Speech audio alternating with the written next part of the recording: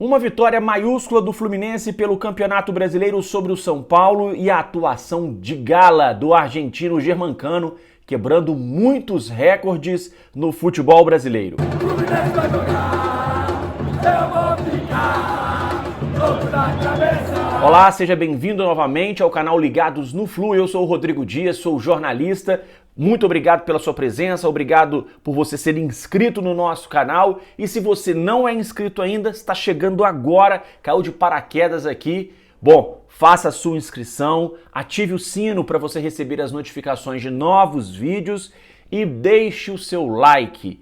Dê a sua curtida, deixe o seu like para ajudar o nosso canal, a ajudar também este vídeo a chegar a mais pessoas, cada vez mais pessoas.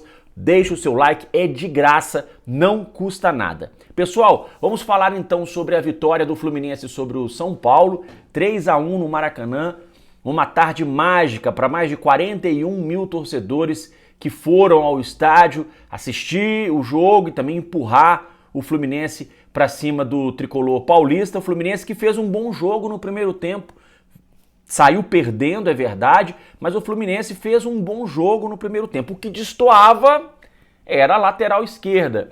Eu cantei a pedra aqui que havia possibilidade do Diniz fazer uma mudança na lateral esquerda. Ele não fez, mas foi obrigado a corrigir o erro no intervalo. O Cristiano, mais uma vez, não estava numa boa tarde, não estava fazendo um bom jogo, muito inseguro, errando muitos passes, dando espaços para o São Paulo atacar pelo lado dele, e aí o Fernando Diniz teve que fazer a alteração no segundo tempo, que mudou todo o panorama do jogo. Não só uma alteração, ele já fez 3 alterações de uma vez no segundo tempo e mudou o jogo, mudou a cara do Fluminense no segundo tempo, que já fazia um bom jogo, mas no segundo tempo o São Paulo não encontrou a bola, o São Paulo não viu a bola, não achou o Fluminense no segundo tempo. E o primeiro gol do Fluminense nasce exatamente em uma jogada com participação do jogador que substituiu o Cristiano, o Alexander, que é volante de origem, não tinha entrado ainda no time, é menino, garoto da base. O Fernando Diniz foi ousado, colocou o Alexander de lateral esquerdo, improvisado. Na primeira participação do Alexander, com 40 segundos, ele já fez mais do que o Cristiano fez no primeiro tempo inteiro. Deu um chute perigoso, que o goleiro deu rebote e o Cano fez o gol. O Fluminense continuou avassalador, criando oportunidades. Poderia ter virado o jogo com o Matheus Martins, que recebeu um presentão da defesa do São Paulo, mas chutou para fora. Só que aí o Matheus Martins depois, em outra bela troca de passes do Fluminense, ele cruza para o Cano fazer o segundo gol. E o terceiro gol é uma pintura, uma aula de futebol desse time envolvente do Fluminense, de toque de bola. O adversário não consegue achar, né, a bola, não consegue. A bola tá aqui, não tá aqui, não tá mais. E aí o Cano dá aquela cavadinha, não foi nem um cruzamento, né? Foi uma cavadinha do Cano, aliás, do Ganso, pro Cano fazer o gol de cabeça, o terceiro gol dele na partida, 3-1 pro Fluminense, uma vitória espetacular nessa reta final de Campeonato Brasileiro.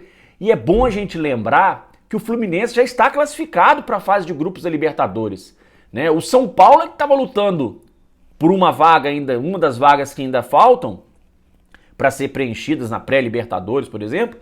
O São Paulo é que estava brigando. Fluminense fazia um jogo já classificado. E mesmo assim o comprometimento do time foi impressionante, disputando todas as bolas como se o Fluminense ainda precisasse pontuar para conseguir a vaga. Então assim, uma atuação realmente de gala do Fluminense. O Fluminense vai agora a 64 pontos no Campeonato Brasileiro. Perdeu, chegou a ficar algumas horas ali na vice-liderança, mas com a vitória do Internacional sobre o Atlético Paranaense, o Fluminense perde a vice-liderança e o Corinthians também acabou vencendo na rodada, ficou empatado com o Fluminense. O Fluminense, nesse momento, é o terceiro colocado. Tem um jogo do Flamengo à tarde, se o Flamengo vencer, ele ultrapassa o Fluminense e o Fluminense vai cair para a 4ª posição. Por que é tão importante isso? Por causa da grana que a CBF vai pagar como premiação para as equipes, né, do Campeonato Brasileiro.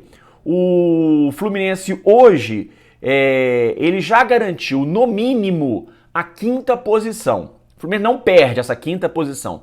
No máximo, vai ser o 5º lugar. Na pior das hipóteses, vai ser o 5º lugar. Então, se o Fluminense, por exemplo, terminar em 5º lugar e for ultrapassado pelo Corinthians e o Flamengo, né, consequentemente, o Fluminense vai receber no final do ano um prêmio de 36 milhões de reais. E aí é que vem toda a diferença, ficar em terceiro ou segundo. Porque se o Fluminense for o segundo colocado, ele vai receber 42 milhões e 700 mil reais, quase 43 milhões. E se ele for o terceiro colocado, 40 milhões e meio de reais. O que o Fluminense precisa fazer para ser o segundo colocado do campeonato? Primeira coisa, tem que ganhar os 2 próximos jogos. Tem que derrotar o Goiás quarta-feira no Maracanã e tem que derrotar o Bragantino no domingo que vem lá em Bragança. O Bragantino que tomou uma sova do América Mineiro ontem lá em Bragança, tomou de 4-1 do América, o América brigando mais uma vez por uma vaga na Libertadores. Então, se o Fluminense vencer esses 2 jogos, ele passa a depender de tropeços do Flamengo e do Internacional. O problema é que o Flamengo tem uma tabela mamão com açúcar, mamata, agora nessa reta final de Campeonato Brasileiro. O Flamengo pega o Coritiba hoje, talvez seja o jogo assim um pouco mais complicado lá em Curitiba, lá no Couto Pereira, e depois o Flamengo joga contra o Avaí e também o Juventude. Aliás, Juventude e Avaí, essa é a ordem correta que o Flamengo enfrenta. Então são 3 jogos teoricamente muito fáceis para o Flamengo. Dificilmente o Flamengo vai perder pontos nesses jogos.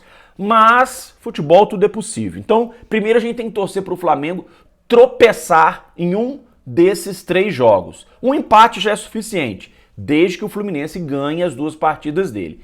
E o outro resultado que é importante, o Internacional, ele precisa nos 2 próximos jogos, somar apenas 3 pontos. E o Inter tem 2 jogos difíceis. O Inter pega o São Paulo no Morumbi na quarta-feira e na última rodada ele enfrenta o Palmeiras em casa. Se o Inter somar só uma vitória, ganhar um desses jogos e perder o outro, e o Fluminense ganhar os 2 jogos, o Fluminense passa o Inter. Então hoje, talvez a chance maior do Fluminense seria terminar em terceiro.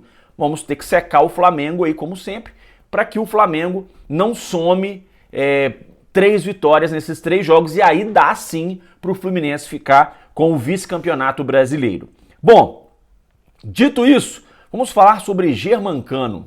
Pessoal, o homem é uma máquina de fazer gols. Uma máquina de fazer gols. Eu tenho até medo nesse final de ano, porque o Cano já fez tanto gol, o Cano está tendo tanto destaque, que assim, dificilmente o Fluminense vai passar ileso esse final de ano sem receber nenhuma proposta pelo jogador, né? Eu imagino que o Cano hoje seja um jogador inegociável, mas se alguém chegar e pagar a multa, não tem muito que possa ser feito, né? A multa do Cano é de 20 milhões de dólares, algo hoje pouco, em torno aí de 100 milhões de reais. Bom, essa já é a melhor temporada da carreira do Cano. 42 gols em um ano, o homem é uma máquina de fazer gols. Ele quebrou vários recordes no Brasil. Já se tornou o maior artilheiro da história dos pontos corridos, com 24 gols. Se tornou o maior artilheiro do Fluminense no século em uma só temporada. E se tornou também o maior artilheiro estrangeiro da história do Fluminense em uma única temporada. E pode quebrar outro recorde.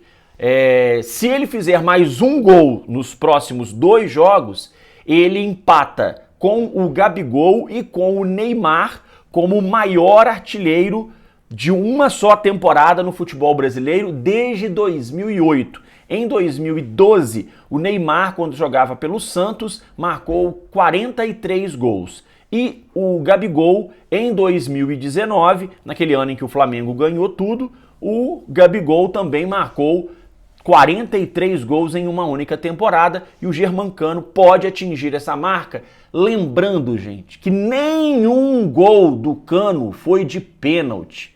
Porque aliás, ele teve um pênalti esse ano que ele bateu e perdeu na final do Fla-Flu. Porque se ele faz aquele gol, a gente estaria hoje aí, ele já teria quebrado esse recorde aí de 43 gols. Mas enfim, Cano, ele chega a essa marca histórica, é uma máquina de fazer gols, está muito feliz, saiu ovacionado do Maracanã. E o Cano, ele parece assim que a Argentina, a imprensa argentina, descobriu o Cano. O Cano, de uma hora para outra, virou assim um jogador de muito destaque na imprensa argentina, deu entrevista essa semana para o Diário Olé, e agora, ontem mesmo, logo depois do jogo do Fluminense, o Diário Olé, na sua versão digital, colocou os gols, reprisou os gols da vitória do Fluminense sobre o São Paulo e fez uma postagem, uma reportagem falando também sobre a atuação do Cano. Eu vou ler aqui para vocês, olha, o que disse o Diário Olé da Argentina sobre o Cano. Não há adjetivo suficiente para definir 2022 do Germancano. O argentino fez um hat-trick em apenas 13 minutos contra o São Paulo neste sábado e atingiu 42 gols até agora no ano. Sim, como você pode ler, 42, sendo o jogador nascido no nosso país, ou seja, na Argentina, que mais gols em todas as ligas do mundo marcou.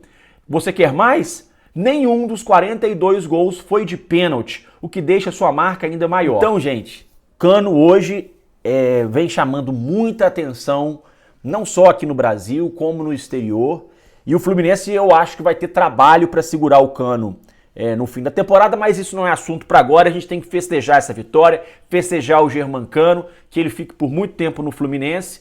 O Fernando Diniz, na coletiva, rasgou elogios ao Cano, disse que o Cano deveria estar na seleção, de repente jogar a próxima Copa do Mundo, não vai ser convocado, mas, de qualquer forma, para nós tricolores, é um prazer, é uma satisfação muito grande ver o Cano marcando gols, comemorando os gols com a camisa do Fluminense. Por falar em Fernando Diniz, depois do jogo, na coletiva, uma coletiva muito breve, o Fernando Diniz falou sobre a entrada do Alexander no time e também sobre o planejamento, contratação de reforços para o ano que vem. E da forma como o Diniz falou, ele deixa entender que ele vai permanecer no Fluminense, que ele vai renovar o contrato dele, porque ele já fala sobre o planejamento para o ano seguinte. Então, tudo encaminhando mesmo para a renovação de contrato do Fernando Diniz. Vamos ouvir então o que o Diniz disse. O do Alexander é um menino extremamente talentoso, como outros aí de Xerém. Esses já estão se firmando, o André que já está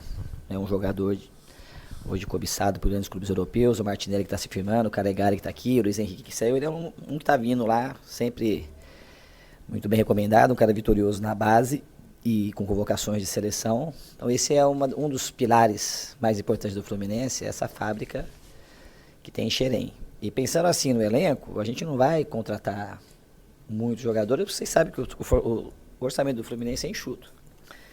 E eu também não gosto de contratar muita gente. A gente vai tentar pontualmente acertar bastante nas contratações, fazer contratações pontuais e vamos ser bastante criterioso. Desenvolver cada vez mais aqueles que estão aqui e sempre dar uma olhada para aquilo que a gente tem dentro do próprio Fluminense. Porque certamente tem mais jogadores em Xerém que a gente daqui a pouco vai ter a graça de estar lançando. Bom, esse então o técnico Fernando Diniz falando que o Fluminense vai trazer jogadores pontuais, reforços pontuais. Eu imagino que entre esses reforços vai estar um lateral esquerdo, porque não é possível o Fluminense continuar com esse problema crônico. O Alexander teve que entrar improvisado. E diga-se de passagem que o Cris Silva não voltou nem para o banco, não quis nem assistir o segundo tempo da partida do banco de reservas. Pelo menos essa foi a informação que foi passada durante a transmissão do jogo no canal fechado. Então, assim, o Fluminense precisa resolver a lateral esquerda e a gente precisa saber também quem é que vai sair, né? A gente não sabe se o Natan, se ele vai continuar, porque o contrato dele acaba agora no final do ano. Tem a questão do Matheus Martins, que está para ser vendido, e tem outros jogadores muito valorizados que certamente vão receber propostas, como o André e o John Arias. Então eu acho que quando o Fernando Diniz fala em reforços pontuais, ele está baseado principalmente no elenco de hoje. Mas a gente tem que aguardar para ver quem é que vai realmente ficar e quem vai sair, porque senão essa lista de reforços vai ter que ser maior. Porque certamente Fluminense vai ser muito assediado agora no final do ano por causa da excelente temporada, muito em função também do trabalho do Fernando Diniz, que mudou a cara do Fluminense. Meus amigos, muito obrigado mais uma vez por terem acompanhado este vídeo até o final. Um grande abraço a todos, saudações tricolores, até a próxima. Quarta-feira tem Fluminense e Goiás, de novo com casa cheia. A torcida promete uma grande festa para se despedir do Fluminense na temporada no Maracanã. Tá certo? Um abraço a todos, saudações tricolores.